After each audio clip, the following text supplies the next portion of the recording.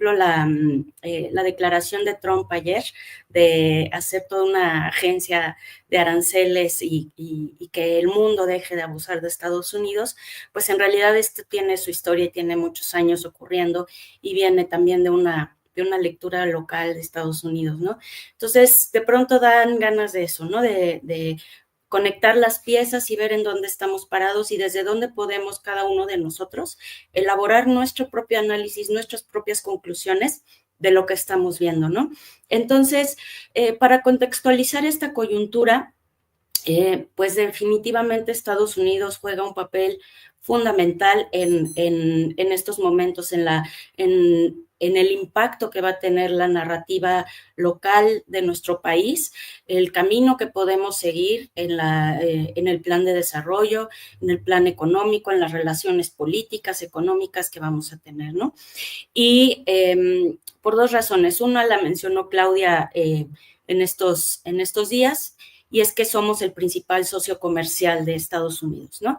Y así como esto funciona a nuestro favor, pues también funciona en nuestra contra.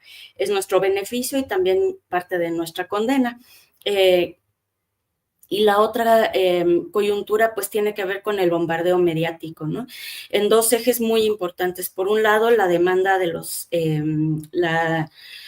la amenaza de los aranceles que ha continuado, que no para, que parece ser una constante. La otra, que sería una tercera, que es la que nos anuncia Paco Cruz hace rato, que tiene que ver con declarar a los grupos del crimen organizado, grupos terroristas, que eso, bueno, todavía está ahí muy indefinido, no lo estamos viendo ahorita, al menos con tanta fuerza, como el tema de los aranceles y, por supuesto, la expulsión de la comunidad migrante o la comunidad latinoamericana, hispana de Estados Unidos, ¿no? Entonces, en este contexto, además, pues Claudia cumple 100 días de un gobierno que tomó ante la incertidumbre de quién iba a ganar las elecciones en Estados Unidos. Y ahora cumple 100 días con la incertidumbre de un gobierno que entra, que es el de Donald Trump, con estas amenazas. Y este telón de fondo es lo que está determinando mucho de lo que estamos viendo con el Plan México, por ejemplo, me parece. Y hay un elemento más que creo que es importante destacar, que no es menor y que avanza en distintos frentes, y es este avance articulado de la derecha. La pregunta no es por qué no fue Claudia o no está invitada a la toma de protesta de Donald Trump, sino quiénes sí van. Milei, esta organización más articulada de derecha que puede ser inocente, puede ser peligrosa en función de cómo la podamos mirar estratégicamente y combatir, pero no podemos obviarla y no podemos dejarla de lado. Y desde la izquierda, desde las distintas izquierdas que tiene este país, pues tenemos ahí muchas batallas que discutir y que negociar en lo local de nuestros grupos sociales, ¿no? Hay mucho que debatir allí y, claro, para la reflexión y demás, pero también para saber de qué manera contribuimos a apoyar a nuestra presidenta y también al ejercicio crítico, informado, responsable y sano, ¿no? ¿Y con qué cuenta Claudia? ¿Quiénes son sus aliados en esta batalla? Y hemos visto que uno de los más importantes pues son los migrantes, los mismos migrantes. Por eso todo este discurso, todas estas iniciativas desde la Secretaría de Relaciones Exteriores, de apoyar los procesos, de estar cerca de los conciudadanos en el extranjero, particularmente desde Estados Unidos, la ciudadanía o la sociedad civil, como la queramos llamar, el pueblo organizado, el pueblo informado, el pueblo en general, con los discursos, con los programas, con una serie de medidas de estar convocando todo el tiempo a la ciudadanía. Ahora vemos también a los empresarios con todo el programa y todo el borrador que que vimos que pues es apenas un borrador y que es interesante que se presenta de manera pública y que nos invita a nosotros a informarnos, a saber quiénes son las personas que llegaron, quiénes son esos empresarios, qué papel juegan en nuestro país. Y por supuesto ahí en primera fila en esa imagen también tenemos, y no es menor, a las Fuerzas Armadas, ¿no? A la Secretaría de Marina, a la Secretaría de Defensa Nacional y a la Secretaría de Gobernación y de Seguridad Pública. Eso es parte de los mensajes relevantes de este Plan México, y que mencionaron al final a partir de los 4 puntos que prioriza Claudia en el tema de seguridad, que es atención a las causas, consolidar la Guardia Nacional, que en sí mismo es todo un tema, la inteligencia, fortalecer la inteligencia e investigación y la coordinación con los distintos gabinetes de seguridad de los estados. Entonces, atender las causas y disminuir la impunidad ha sido también parte, digamos, estructural de esta estrategia de seguridad, y en ese lugar es donde entran las Fuerzas Armadas. Hay un ausente en estos aliados y es la política nacional. Y por eso creo que también tenemos esta constante pugna por la unidad, y por fortalecer la unidad interna, porque por un lado tenemos diversas tensiones que se ven en los gobiernos locales o en el Congreso o dentro de Morena, donde hay en lo local y en lo federal hay una pugna también por hacerse una reorganización del poder en nuestro país por la fuerte presencia que tiene Morena. Y aquí tengo mi aliado, mi apuntador. Entonces yo creo que ahí también hay un tema interesante y delicado a ver, y es cómo esta política interna juega un papel a favor o en contra de las estrategias de Claudia como presidenta, ¿no?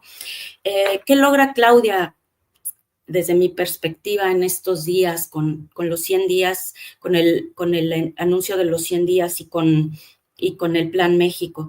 Yo creo que sí fortalece su popularidad, y que no es una popularidad nada más por ser una presidenta popular, como he escuchado en algunos medios de oposición, incluido los análisis que he escuchado en Aristegui Noticias, que apuntan a como a justificar esta idea de la popularidad de Claudia, o de hacer este tipo de eventos por su popularidad y que esa fortaleza le permite hacer lo que sea. No, la popularidad es necesaria, es parte de la fortaleza política que tiene, y si no tiene un partido fuerte, como no lo tuvo AMLO tampoco, con excepción de la organización de ciertas cosas, pues va muy, muy sola, ¿no? Y también la posibilidad de plantear un proyecto de gobierno de largo plazo, con orden, con metas, que eso es muy interesante y muy importante. En décadas pasadas hemos saltado de un sexenio a otro, cada quien tiene su proyecto, cada quien tiene sus iniciativas, y hoy podemos ver estructurado una línea, una propuesta de gobierno, una propuesta social, una propuesta económica, una propuesta política, que puede ser criticable en muchas dimensiones, pero que lo que es innegable es que por primera vez tenemos un plan de gobierno de largo plazo, una idea de a dónde estamos, dónde queremos ir, a dónde podemos llegar, y eso es muy relevante. Y que el Plan México tenga esta estructura con todo un calendario y demás, es, a mi parecer, una de las grandes fortalezas de ese documento. Y al mismo tiempo está la consulta del Plan Nacional de Desarrollo. Exacto, vemos allí las metas, y tenemos también el Plan Nacional de Desarrollo, que justo anunciaron hoy los avances, que ya hay resultados de 25 estados, 31 foros. Entonces eso concluye el 19 de enero. Entonces vamos a ver cómo se articula esa consulta, que recupera los sentimientos de la nación, digamos, y qué papel operativo tiene realmente en todo el programa nacional. Por otro lado, este acercamiento con los empresarios hay que verlo en distintos frentes. Puede ser algo con muchas ventajas, muchas posibilidades a largo plazo, pero también tiene muchos riesgos y muchas aristas. Marcelo Ebrard habló de una carta de navegación. Me parece que sí es una metáfora válida, aplicable en este sentido, porque una carta de navegación es un mapa que te da información, que te va a decir dónde están los riesgos, las rutas que puedes tomar, los caminos a donde puedes ir, cómo está el suelo marino. Entonces, mirar los riesgos es parte de entender este documento, ¿no es cierto?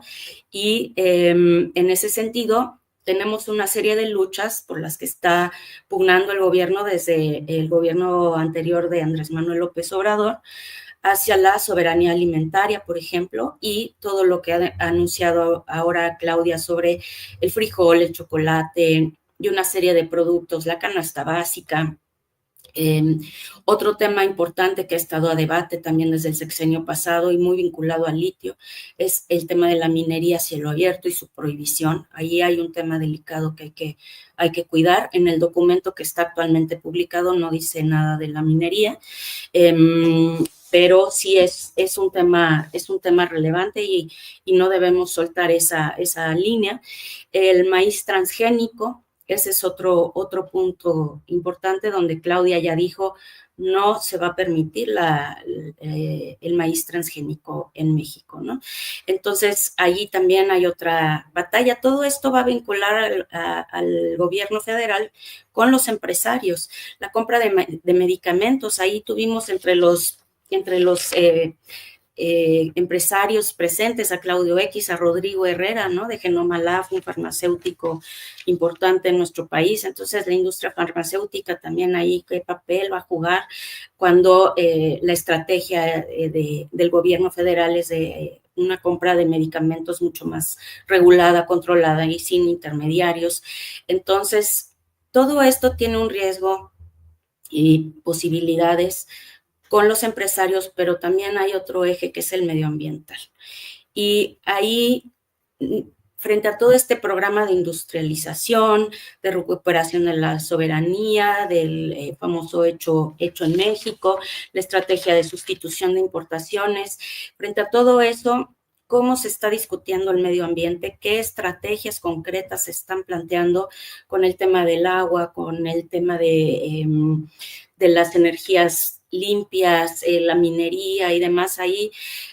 Cómo se está discutiendo, pero cómo estamos entendiendo estructuralmente la industrialización. Entonces, yo creo que va a ser muy interesante esta relación con las empresas, porque tanto en el medio ambiente como en los hilos que logre reunir Claudia para los beneficios de los trabajadores, ahí vamos a ver qué tan de izquierda es nuestro gobierno. Ahí vamos a ver qué tan de izquierda es y puede ser, porque qué negociaciones va a tener que optar, elegir en este proceso, porque en las negociaciones laborales, pues venimos de varias batallas, la famosa ley Silla, que se consiguió un pequeño triunfo con el tema de las vacaciones dignas, todavía la batalla por la pelea de el salario mínimo que siga creciendo, está ganado, pero se negocia cada año, entonces no debemos asumir que ya es así. Las luchas se tienen que mantener vigentes con alguien observando. Lo mismo con la seguridad social, que los empresarios realmente ofrezcan a sus empleados seguridad social y, por supuesto, ganar la batalla de las 40 horas. Y entonces, bueno, todo esto pues va a definir el éxito que pueda tener este programa soberano y de colaboración con las empresas. Y bueno, creo que sí algo hay que refrendar que dijimos la semana pasada, es que ¿cómo se llama? La solidaridad, el apoyo hacia nuestra presidenta tiene que ser muy fuerte, tenemos que poderla apoyar, poderla respaldar. Lo que vimos el domingo es importante en ese sentido para las batallas que vienen, no para la exaltación de la presidencia y del presidencialismo, sino que realmente están en juego muchas coyunturas de nuestro país, muchas líneas, entonces hay que verlo desde esa manera, cómo van a jugar todas estas posiciones un papel y cómo las vamos a estar viendo en las batallas pequeñas. Y bueno, finalmente, digamos, en las líneas generales del proyecto, quiero destacar algunos elementos. Claudia habló de empleo digno, de desarrollo educativo, de sustentabilidad ambiental y de infraestructura. Y todo esto dentro de este programa de industrialización, donde vamos a tener distintas áreas estratégicas, los bienes de consumo, la industria automotriz, las tecnologías de la información, el turismo y la energía. Y todo este proyecto va a estar listo para abril y en abril, cuando más o menos sea la fecha en la que esté listo este proyecto, habrán pasado 200 días de gobierno de Claudia, pocos días más, pocos días menos, y serán los primeros 100 días del gobierno de Donald Trump, que aunque sea esta cosa de los 100 días un asunto de mercado y que viene de Estados Unidos, pues está operando en la narrativa política y en la opinión pública, entonces va a ser interesante cómo se van moviendo estos tiempos. Y no quisiera cerrar sin mencionar el Museo de Antropología, que me parece un espacio muy interesante para hacer este evento. Es un museo histórico que tiene antecedentes desde el siglo XIX, y la idea del Museo Nacional para los estados-nación, pues es muy importante, es el patrimonio, es la representación del patrimonio que engloba a una nación y los símbolos que le dan parte de su identidad. Entonces, me parece interesante que el evento se realice allí. Y esta sería, pues, la idea completa. Edurne, regresando un poquito a lo que mencionabas en un inicio, estabas comentando acerca de Donald Trump y este departamento que justamente tiene poquito, fue el día de ayer, que pretende abrir llamado Servicio de Impuestos Externos. Hoy la presidenta Claudia Sheinbaum Pardo, pues, le preguntaron en la conferencia de prensa matutina qué opinaba al respecto, y si te parece bien, vamos a ver rápidamente este extracto. Pues vamos a tener diálogo con el gobierno de Estados Unidos. Es algo que no es nuevo, lo ha dicho ya varias veces, y nosotros en ese sentido no estamos de acuerdo porque sabemos y lo respetamos mucho. Pero en el caso del tratado comercial entre Canadá, Estados Unidos y México, ha beneficiado mucho a Estados Unidos en empleo, en producción, y realmente en el caso del Tratado Comercial de América del Norte, México, Estados Unidos, Canadá, nos complementamos. Y esta región, en la medida que sigamos juntos, pues en esa medida podemos competir mejor también con otras regiones del mundo, y el objetivo incluso es que pueda ampliarse a otros países de América. Entonces ya habrá tiempo para poder hablar con el gobierno del presidente Trump. Ellos apenas, fíjense, ahora apenas están, creo que, ratificando a los nombramientos que ya había hecho de hace tiempo. Entonces, pues estaremos en comunicación. Pues eso fue parte de lo que dijo hoy en la conferencia matutina. También habla mucho de este diálogo que se va a tener entre nuestro gobierno con el gobierno estadounidense. Y también solamente quiero mencionar que me parece toda la idea que nos acabas de plantear muy interesante. Pero aquí me gustaría, retomando un poquito con este tema de los aranceles de Estados Unidos, la perspectiva que menciona sobre la gente que está invitada a la toma de posesión de Donald Trump. Como pues hace rato lo decías, pues Javier Milei es una de esas personas que fue invitado. Igual ayer leía que Nayib Bukele era otra de las personas que también estaba invitado a esta toma. Pues va a ser interesante, Edurne. 5 días faltan para que esta persona persona, este político Donald Trump, llegue a la presidencia por segunda ocasión, y esos retos que va a enfrentar la doctora, como ya lo mencionabas, pues es de apoyo a que nuestro país, bueno, o sea, para que todos sigan apoyando, tanto funcionarios del gobierno que pues están ahí respaldándola, pues también los ciudadanos. No sé qué te parezca, pero igual en este tema con Canadá, pues va a ser interesante ver qué es lo que va a ocurrir. Sí, así es, y por eso creo que es muy importante quiénes son tus aliados y cómo los vas a estructurar, cómo los vas a organizar. Y efectivamente hay un comentario en el chat que dice que Claudia es muy inteligente y ella sabe cuáles son sus riesgos y sus, exacto, obstáculos y amenazas de Rebeca Salazar. Sí, eso es, yo creo que eso es verdad, pero creo que es importante que lo sepamos nosotros y que estemos atentos a las noticias, que seamos una sociedad informada y que precisamente aprovechemos estos espacios para compartir líneas analíticas, encontrar modelos de cómo pensar la vida pública, desde dónde y cómo la podemos siempre relacionar con lo que está sucediendo afuera. O sea, es muy transversal lo que está pasando actualmente y además de Bukele y Milei, Bolsonaro también decía que Trump lo había invitado y entonces él tiene retenido su pasaporte y le están pidiendo la carta formal. Eso escuché ayer en la radio.